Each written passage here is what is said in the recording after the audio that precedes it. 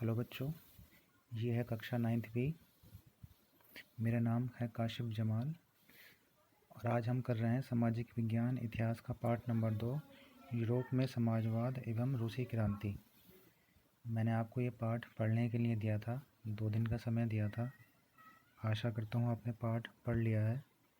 आज हम इसके प्रश्नोत्तर शुरू कर रहे हैं। पहला प्रश्न देखिएगा।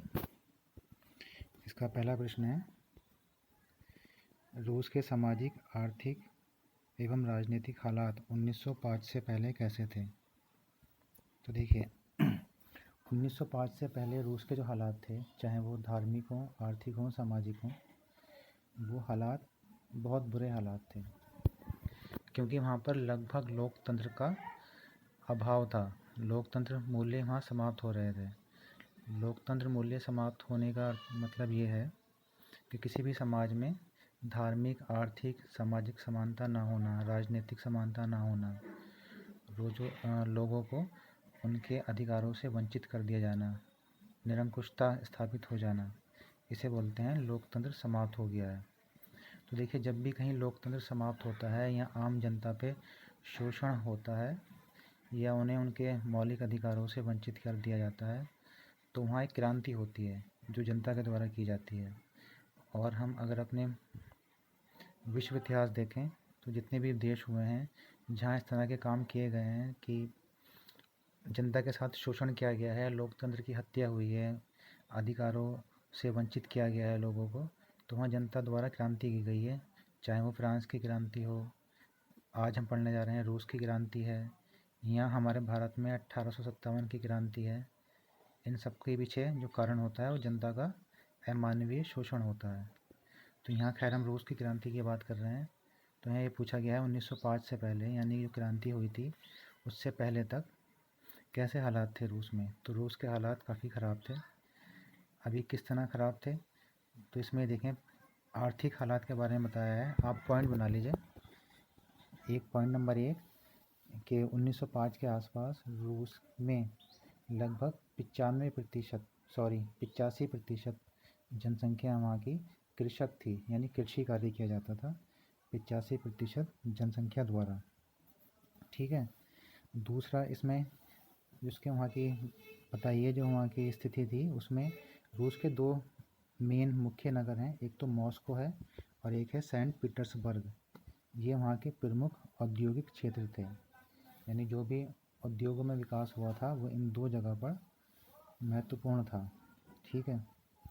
तीसरा नंबर ये है कि जब रूस में रेल के नेटवर्क का विस्तार किया जा रहा था, अर्थात रेल लाइन बिछाई जा रही थी, तो वहाँ पर कई कारखाने स्थापित हुए थे और कारखानों की स्थापना के कारण रूस में विदेशी निवेश काफ़ी बढ़ गया था। इसका पॉइंट नंबर 3 है। इसका पॉइंट नंबर 4 बनाइएगा।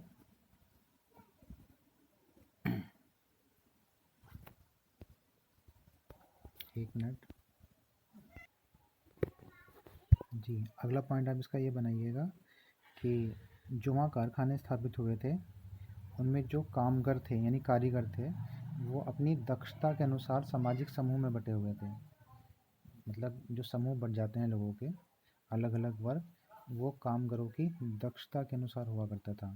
और जो कामगार थे यानी कारीगर थे, ये गांव से आते थे मुख्य रूप से, और कारखानों में नौकरी करने हेतु ये शहर में आके बस जाते थे, प्रवासी के रूप में बस जाते थे ये लोग।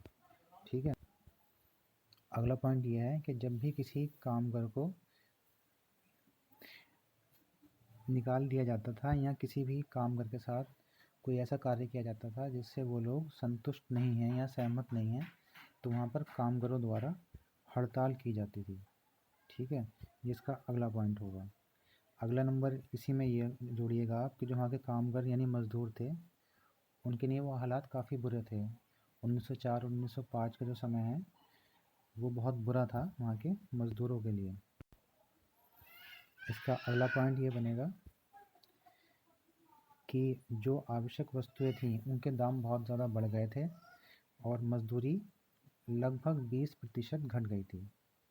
यानी जो लोगों से काम लिया जाता था वहाँ पे किसी भी कारखाने में या किसी भी और कार्य में, तो मजदूरी तो 20% कम कर दी गई थी, लेकिन जो वहाँ वस्तुएं बन रही थी उनके मूल्य और ज़्यादा बढ़ा दिए गए थे। एक इसमें लास्ट और जो महत्वपूर्ण पॉइंट है वो ये है कि जो वहाँ के जो मज़दूर थे वो वहाँ पर एक हड़ताल पे चले गए थे, और उस हड़ताल पे जाने की उनकी कुछ मांगें थी।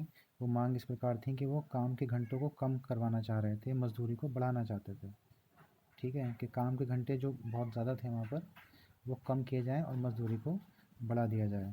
तो ये पहला प्रश्न है, इसे मैंने आपको समझा दिया है कि किस तरह है पहला प्रश्न। चाहें तो आप ऐसे नोट कर लें जो मैंने बोला है, वरना इसमें देखिए ये सारे पॉइंट्स नोट्स में बने हुए हैं, इन्हें आप अपनी कॉपी में नोट कर सकते हैं। ठीक है, आगे की इसकी पढ़ाई इसी पार्ट की हम अगली वीडियो में देखेंगे। धन्यवाद।